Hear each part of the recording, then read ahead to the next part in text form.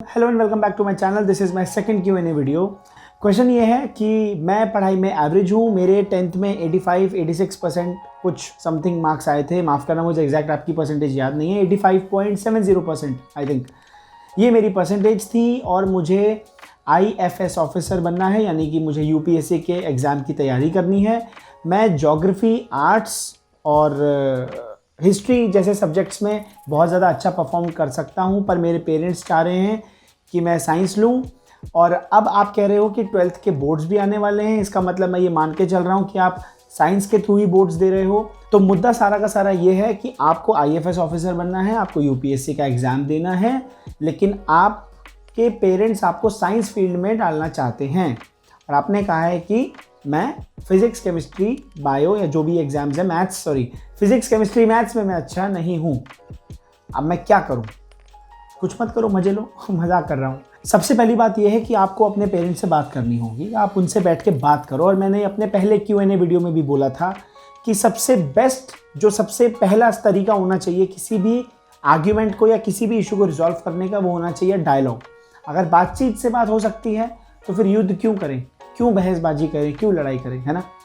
तो सबसे पहले तो आप पेरेंट्स से शांति से बैठ के उन्हें कन्विंस तो करो। लड़ने से क्या होता है? उन्हें बैठ के ढंग से टेक्निकली पूरा एनालिसिस करके समझाओ कि भाई देखो, मैं इन सब्जेक्ट्स में अच्छा नहीं हूँ और आगे जाके कोई गारंटी नहीं है कि मैं इन सब्जेक्ट्स में अच्छा परफॉर्म कर ही जाऊँगा। तो अगर आप मुझे कह रहे हो ज़बरदस्ती लेने के लिए तो मैं ले लूँगा, लेकिन मैं ये भी साथ में कह दूँ कि कोई गारंटी नहीं है कि मैं इसमें अच्छा परफॉर्म कर ही जाऊँ, क्योंकि मेरे को इन सब्जेक्ट्स में इंटरेस्ट नहीं आता है। शुरू में मैं अपने आप को फोर्सफुली पढ़ने के लिए बैठा भी लूँ, लेकिन धीरे धीरे जो मोटिवेशन है पढ़ाई को लेके, जो मज़ा आएगा वो मुझे नहीं आने लगेगा। या ये भी हो सकता है कि आपको धीरे धीरे पढ़ाई में मज़ा आने लग जाए, आपको उस फील्ड से प्यार हो जाए, आप उसी फील्ड के बादशाह बन जाओ। हमारी आदत क्या होती है, एक चीज़ को दिमाग में बिठा लिया कि मैं तो ये करूँगा ही नहीं, मेरे को तो एक पसंद ही नहीं है। कभी कभी ऐसा होता है आपको पसंद नहीं होता, लेकिन आप जब उस चीज़ को करने लगते हो तो आपको बड़ा मज़ा आने लगता है कि यार मैं सोच कुछ और रहा था और हो कुछ और रहा है, ये तो बड़ी मज़ेदार चीज़ है, चलो और करके देखते हैं। अब आपको उस और में और मज़ा आ रहा है कि वही आपकी फील्ड बन गई। ऐसा भी हो सकता है और ऐसा भी हो सकता है कि मैं फेल हो जाऊँ। तो इसका मतलब मैं यहाँ पे मान के चल रहा हूँ कि 50-50 चांस हैं पापा या मम्मी मेरे इस फील्ड में सक्सेसफुल होने के।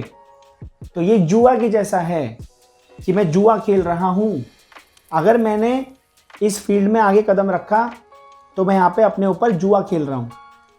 फेल भी हो सकता हूँ, पास भी हो सकता हूँ। तो देखो, सबसे पहली बात यह है कि रिजॉल्व कर लो, डायलॉग करके बात कर लो।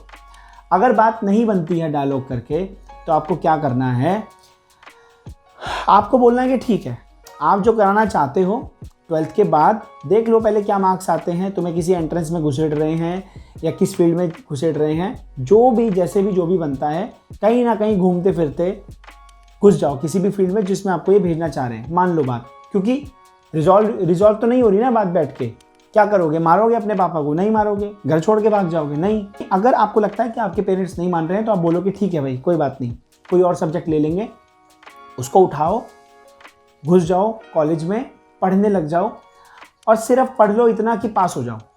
ठीक है? इतना पढ़ लो कि फेल ना हो। ठीक है? आपको रिपीट ना करना पड़े, पास होते रहो, सेमेस्टर के एग्जाम्स देते रहो, कॉलेज में आगे बढ़ते रहो और पास होते रहो। साइड में करो ना UPSC की तैयारी। किसने मना किया है? UPSC का एलिजिबिलिटी क्राइटेरिया ये है कि आपको भारत का नागरिक होना है, ग्रेजुएट होना है और एक एज लिमिट भी है ना कि आपको 21 साल का होना है। मिनिमम एज लिमिट 21 साल है ना? तो 21 साल आपकी मिनिमम एज लिमिट है।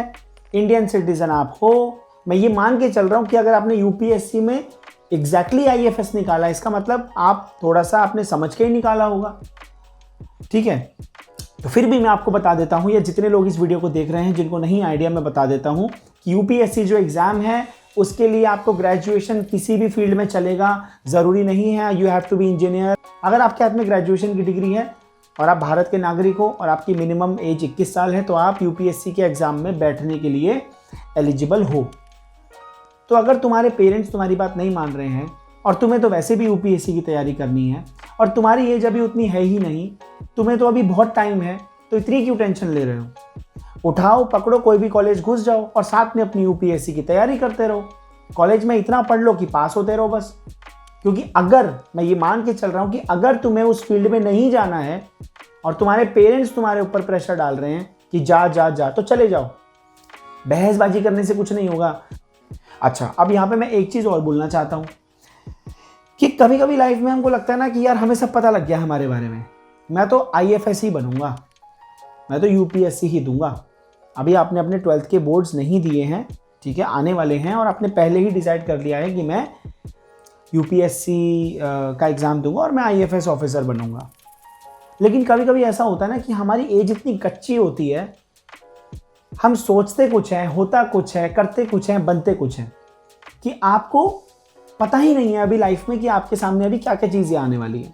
आप जिस कॉलेज में जाओ, कोई आप ऐसी वर्कशॉप अटेंड कर लो रोबोटिक्स की, कोई Android app development, blockchain technology के ऊपर कोई वर्कशॉप अटेंड कर लो, क्रिप्टो के बारे में कुछ ऐसा पढ़ लो, या कहीं आपने कहीं गिटार बजता हुआ देख लिया, कुछ ऐसा हो गया आपकी लाइफ में, सब बदल गया।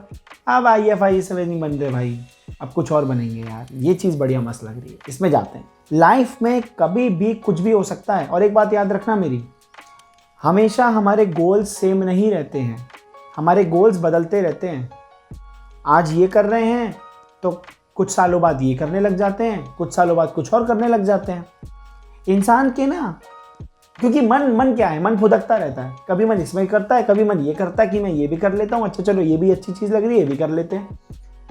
तो हमारे गोल्स बदलते रहते हैं लाइफ के, कि अगले 2 साल तक मुझे ये करना है, अब मैं 2 साल तक ये करूँगा, अब मैं ऐसे करूँगी, अब मैं इस कंपनी में नहीं, अब मैं अपनी फील्ड ही चेंज करना चाहता हूँ। लेकिन आपके मकसद नहीं बदलने चाहिए ज़िंदगी के। आपका IFS ऑफिसर बनने का मकसद क्या है? सिर्फ इसलिए कि कहीं किसी से कहीं पढ़ लिया, फैमिली में कहीं बात हो गई, किसी टीचर ने आके लेक्चर दे दिया कि देखो IFS ऑफिसर की ये पोस्ट होती है। अगर आपका मकसद IFS ऑफिसर बनना है तो फिर आप थोड़ा सा डायरेक्शन से हट रहे हो। IFS ऑफिसर बनना मकसद नहीं है। UPSC क्रैक करके कुर्सी को हासिल करना, पद को हासिल करना मकसद नहीं है। मकसद है उस कुर्सी के ऊपर बैठने के बाद, उस पोस्ट को लेने के बाद आप सोसाइटी में क्या चेंज लाते हो। नेता बनना मकसद नहीं है। नेता बनने के बाद आप समाज में क्या चेंज लाते हो, ये मकसद है। तो अगर आपका गोल ये है कि मुझे IFS ऑफिसर बनना है, ठीक है, आपका मकसद क्या है? क्योंकि ऐसी ये कच्ची उम्र है ना, इसमें हमें बहुत सारी चीज़ों का पता ही नहीं होता, उछल रहे होते हैं हम। तो मैं दोनों चीज़ें मान के चल रहा हूँ कि एक तरफ आप सीरियस भी हो। अगर आप सीरियस हो तो मैंने आपको उसका रास्ता बता दिया कि पेरेंट्स से लड़ो मत, बात हो रही है, सुलट रहे हैं तो ठीक है भाई, अपने हिसाब से आपको जो सब्जेक्ट लेना है, आप BSc हिस्ट्री कर लो, BSc इन पॉलिटिकल साइंस कर लो, ठीक है, BSc इन ज्योग्राफी कर लो, जिसमें आपको जाना है। लेकिन अगर आपको लगता है कि आपके पेरेंट्स नहीं मान रहे हैं तो आप उठा के सब्जेक्ट ले लो जो वो दिलवा रहे हैं।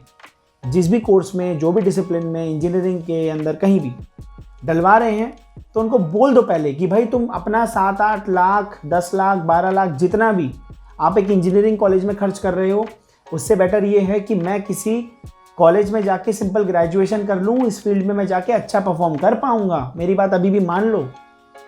बहुत प्यार से समझाना है। नहीं मान रहे हैं तो घुस जाओ ना, तुम्हारा क्या जा रहा है, तुम्हारा क्या जा रहा है? तुम्हें पैसे खर्च करने हैं अपने। ऐसा भी ना हो कि आपको सिर्फ एक वो हवा लग रही है कि भाई मैं UPSC में IFS बनूंगा और ये पोस्ट मिल जाएगी और फिर मैं ऐसा करूंगा, ये लाइफ हो जाएगी। नहीं, आपके गोल चेंज हो सकते हैं।